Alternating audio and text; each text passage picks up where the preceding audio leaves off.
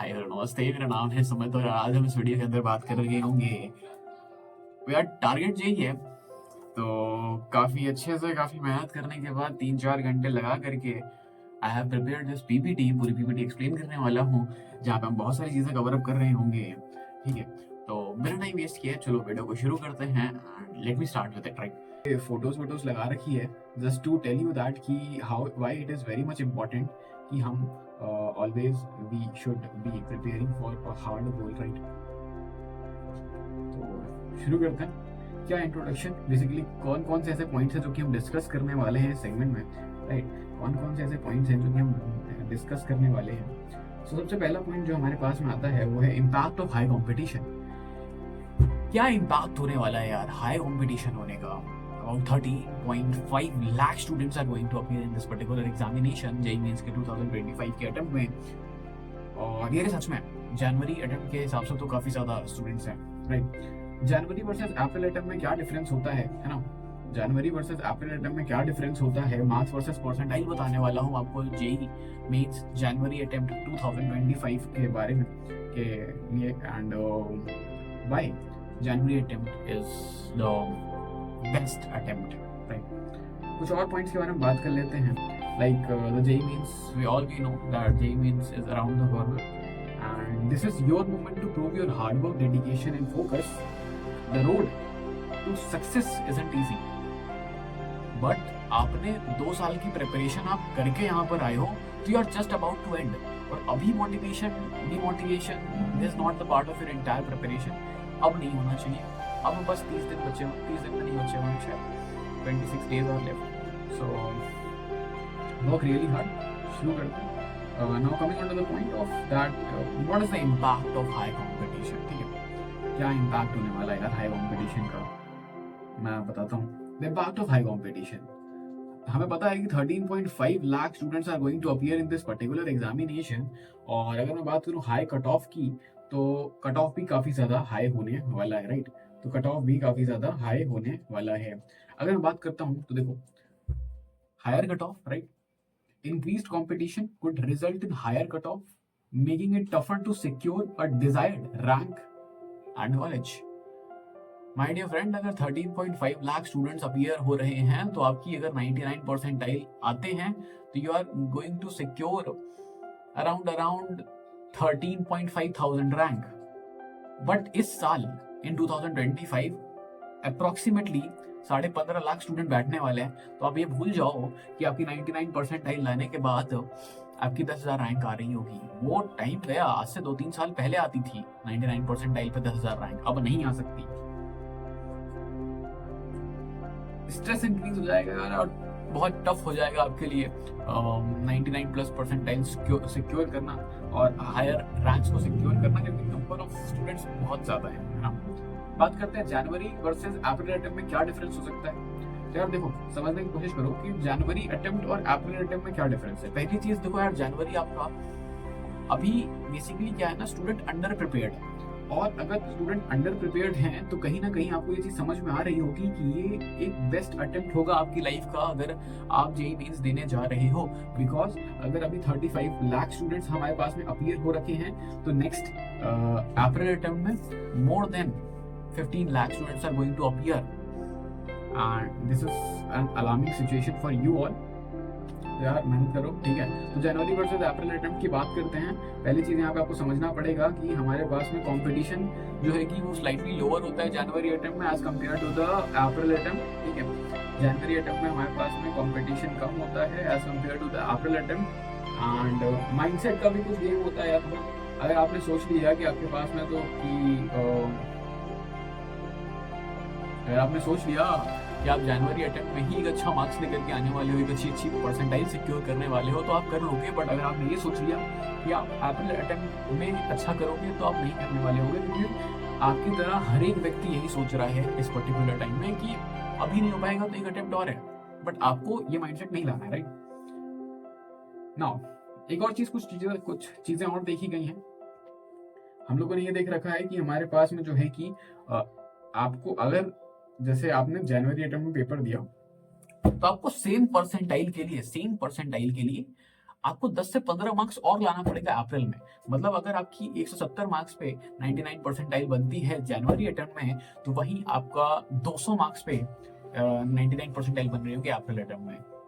तो be very specific, बहुत ज्यादा समय नहीं बचा आपके पास में, ठीक है। तो ये चीज दिमाग में रखिएगा कि अगर आप अप्रैल अटेम्प्ट को टारगेट कर रहे हैं तो आपके लिए बहुत ज्यादा कॉम्पिटिटिव, बहुत ज्यादा थ्रेटनिंग, और ये कॉम्पिटिटिव एग्जाम है, ये एनटीए कंडक्ट कराता है।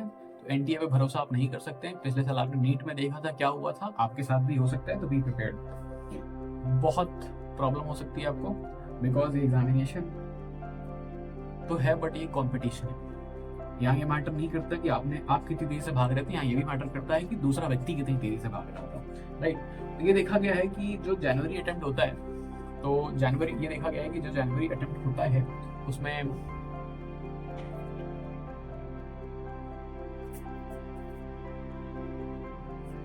तो ये देखा गया है यार कि जो जनवरी अटेम्प्ट होता है इसमें थोड़े इजी लेवल के सवाल पूछे जाते हैं एज कम्पेयर टू जो अप्रैल अटेम्प्ट होता है, उसमें डिफिकल्टी लेवल भी बढ़ जाता है, राइट।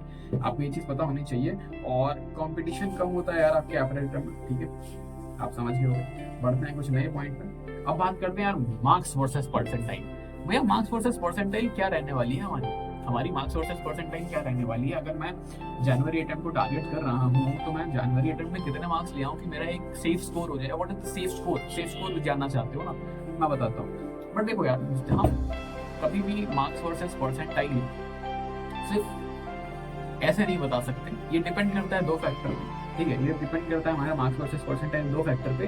पहला जो हमारे पास में होता है कि डिफिकल्टी लेवल क्या था एग्जामिनेशन का, ठीक है, और दूसरा हमारे पास में मैटर करता है कि हमारे पास में जो है कि कौन सा कितने नंबर ऑफ यूनिक कैंडिडेट्स थे उस पर्टिकुलर शिफ्ट में, राइट।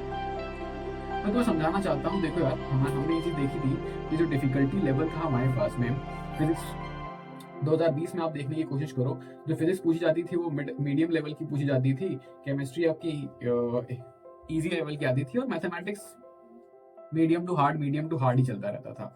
बट वहीं जब आप देखोगे कि 2021 में क्या हुआ, तो फिजिक्स आसान आने लगी, केमिस्ट्री थोड़ी मीडियम हो गई थी, और मैथमेटिक्स तो हमेशा ही मीडियम और हाफ, मैथमेटिक्स आप कभी भी देखोगे तो मीडियम हाफ ही चल रहा है। बट हमारा कभी भी वेरिएशन जो आ रहा होता है डिफिकल्टी लेवल में, वो या तो कभी फिजिक्स डिफिकल्ट कर देंगे तो केमिस्ट्री आसान कर देंगे, कभी केमिस्ट्री आसान कर देंगे तो फिजिक्स डिफिकल्ट कर देंगे। तो बी प्रिपेयर्ड। मेरे केस में ये हुआ था, मैंने जब जनवरी अटेम्प्ट दिया था तो उसमें फिजिक्स आसान आई थी, बट व्हाट हैपेंड कि केमिस्ट्री डिफिकल्ट आ गई थी। बट जब मैंने अप्रैल अटेम्प्ट दिया तो मेरी जो फिजिक्स थी वो ज्यादा हार्ड हो गई थी एज कम्पेयर टू जो केमिस्ट्री थी, राइट। और मैथमेटिक्स थोड़ा सा उन्होंने ईजी कर दिया था। तो I hope you got my point. यहाँ पे तो मैं एक बहुत स्पेसिफिक डेटा दिखाना चाहता हूँ यार, तुम देखने की कोशिश करो, बहुत स्पेसिफिक डेटा है, तुम कोशिश करो ये चीज समझने की कि तुम देखो देखो हमने ईयर यहाँ पे लिया, ठीक है, और हमारे पास में नंबर ऑफ यूनिक कैंडिडेट्स की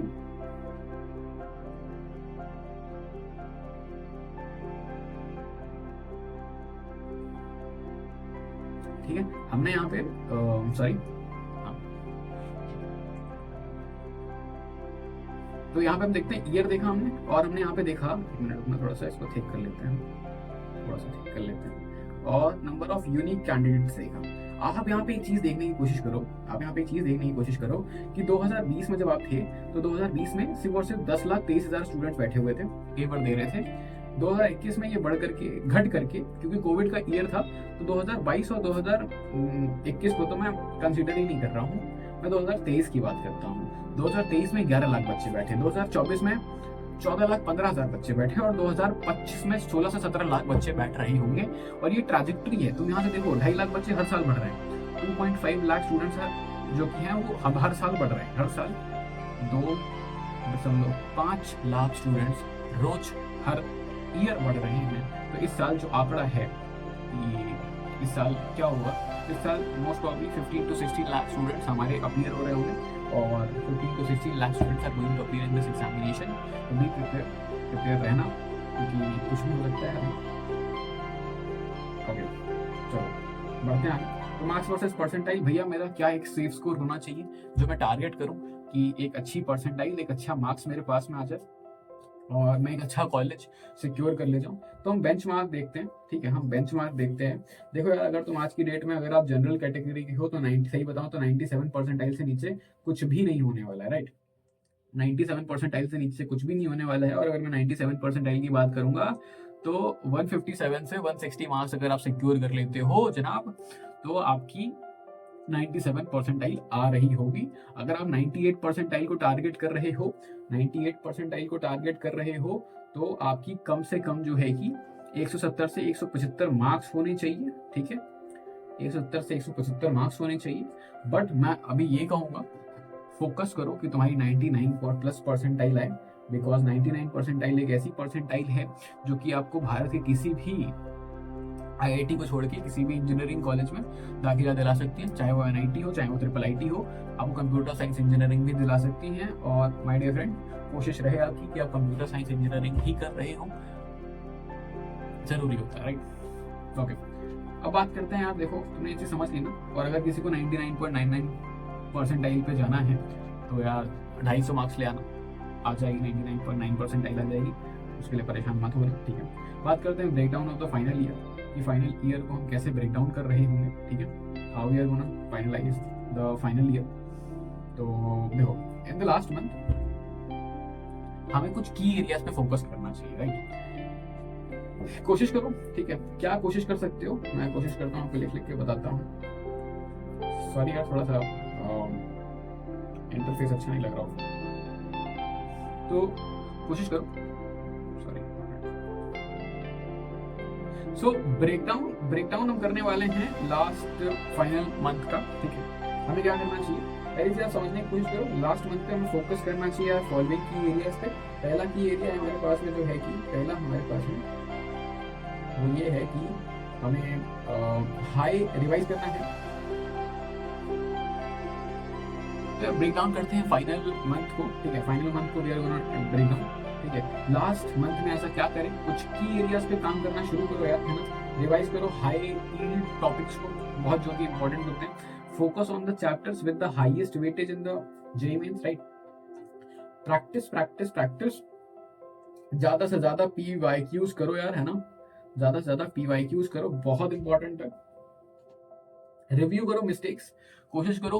पहली चीज तो यार कोशिश करो कि तुम मॉक टेस्ट दे रहे हो। ठीक है, हम सिर्फ पढ़ते रहते हैं, हम कोई मॉक टेस्ट नहीं देते, तो कोशिश करो कि तुम मॉक टेस्ट दे रहे हो। मॉक टेस्ट बहुत ज्यादा इंपॉर्टेंट है तुम्हारे लिए, तुम्हारे लाइफस्टाइल के लिए। ठीक, तो I hope you got my point. अब बात करते हैं यहाँ पे कि और यार एक चीज और ना, कि टाइम मैनेजमेंट काफी ज्यादा इंपॉर्टेंट पार्ट है। हमें 3 घंटे जरूर मिलते हैं पेपर देने के लिए, बट अगर मैं 3 घंटे हमें जरूर मिलते हैं पेपर देने के लिए, बट आपको ये चीज समझनी पड़ेगी कि 3 घंटे आपको कैसे डिवाइड करना है। तरीका क्या होता है कि आप फिजिक्स को थोड़ा टाइम दे रहे होगे, 1 घंटा। केमिस्ट्री को आप 45 मिनट्स दे रहे होगे। ठीक है, केमिस्ट्री को आप 45 मिनट्स दे रहे होगे, बट मैथमेटिक्स को 1 घंटा 15 मिनट दे रहे होगे। ये एक परफेक्ट स्ट्रेटजी होती है। आपको केमिस्ट्री से टाइम निकालना है एंड मैथमेटिक्स में टाइम देना है। ठीक है, समझ गए मेरी बात को। बात करते हैं आगे। अब यार मैंने बहुत ज्यादा हाईलाइटेड कोड में लिख रखा है इसको कि सॉल्व करो PYQs as much as possible.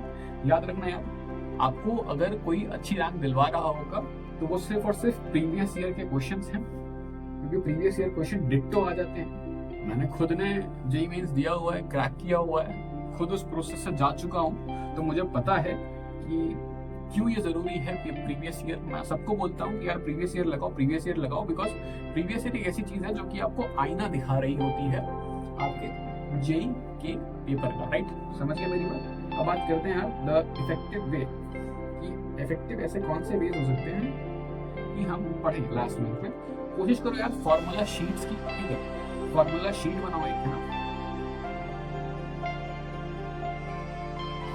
कोशिश करो यार कि तुम फॉर्मूला शीट बनाओ। ठीक है, फॉर्मूला शीट बनाओ, उसको रिवाइज करो, राइट। नहीं तो फिर तुम क्या करो कि उसको रिवाइज करो। और क्या कर सकते हो, इंपॉर्टेंट टॉपिक्स की लिस्ट बनाओ, टू डू लिस्ट बनाओ, इंपॉर्टेंट टॉपिक्स की लिस्ट बनाओ जो भी तुम पढ़ रहे हो, है ना।